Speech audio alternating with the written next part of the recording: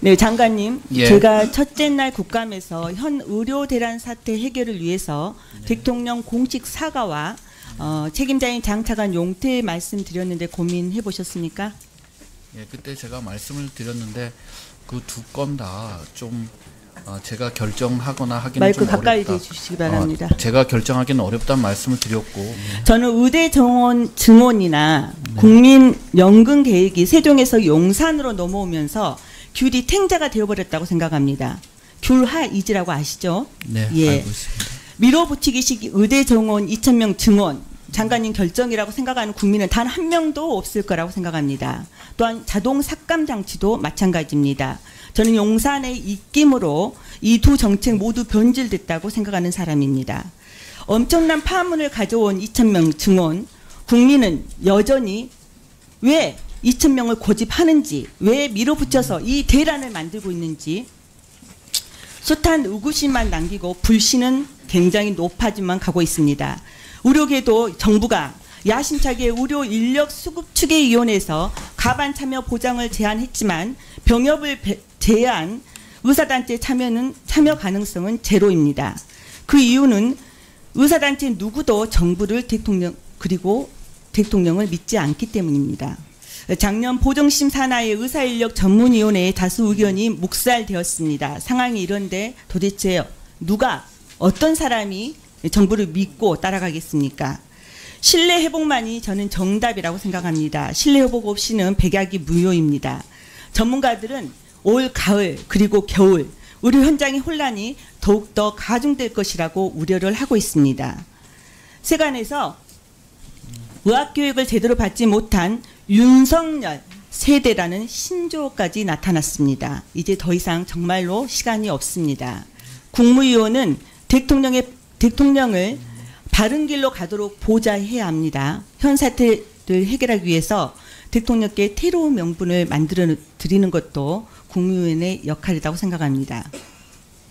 다시 한번 의정간 신뢰회복 물꼬를 트기 위해서 대통령 사과 필요성을 직원 그리고 진원 드렸으면 좋겠습니다. 그리고 스스로 용퇴하시기 바랍니다.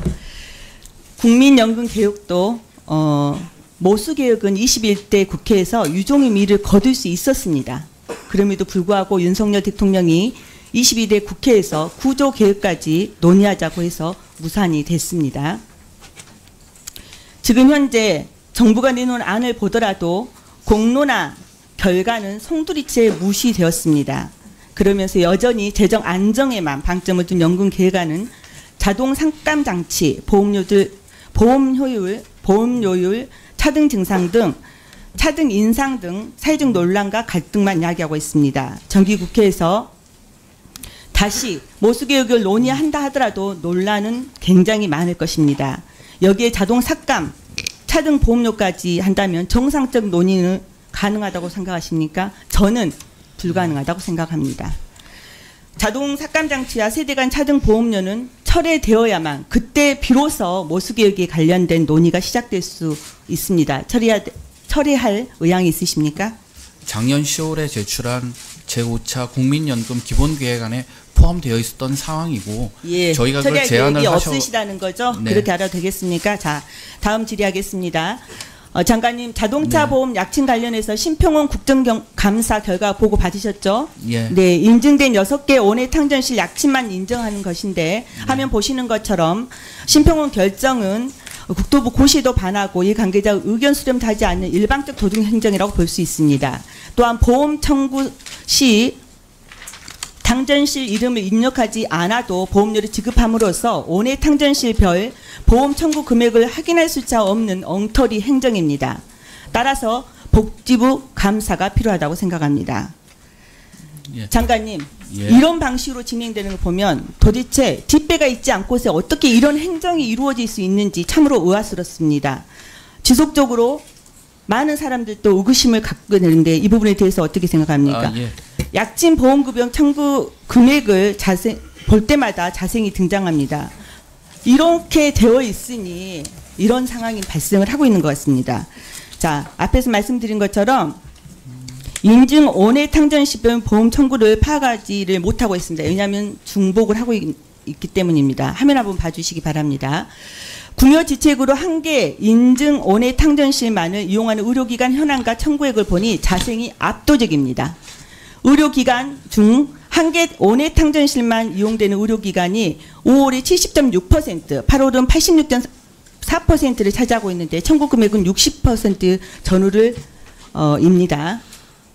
이 가운데 자생으로 추정되는 원외 탕전실이 차지하는 비중은 기간 수별로 51%이고요. 청구 금액은 58%로 매월 43억 이상이 자생으로 흘러가는 것 같습니다. 한번 관계도 한번 봐주십시오. 이런 관계 속에서 화끈하게 밀어주기 도덕행정의 뒷배는 이들의 밀접한 관계에서 비롯되지 않았는가라는 합리적 의심을 할 수밖에 없습니다. 그러지 않습니까? 네, 동의하기는 좀 어렵습니다. 예, 뭐 여러 가지 지적을 많이 해주셨는데요. 의료개혁이나 연금개혁이나 다 보건복지부 장관 책임하에 추진되고 있는 것이고요. 의료개혁은 이제 그 일부 의사 단체에서 여야 의정협의체 참여 의사를 밝혔기 때문에 그 협의체에서 잘 논의해서 조기에 해소할 수 있도록 노력하겠습니다. 연금과 개혁과 관련해서는 국회에서 여야 논의를 통해 가지고 합의안을 만들어 주시면 최대한 수용하도록 하겠습니다.